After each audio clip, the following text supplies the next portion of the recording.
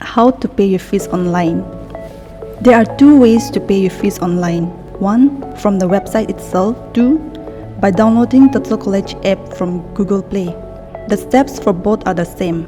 From the app, click on Pay Fees and select your branch. From the website, go to web browser and type www.totalcollege.org. It will lead to our college website.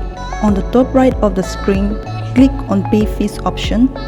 Now, select your branch and type in college email address and type the CAPTCHA provided in the image and click on Search.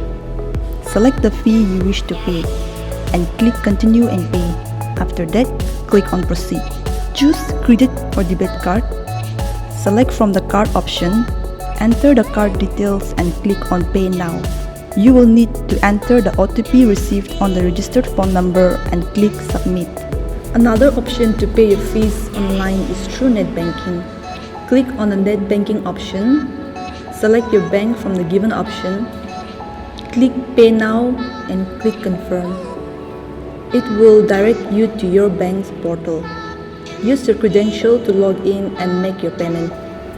You will receive your payment receipt in your college email.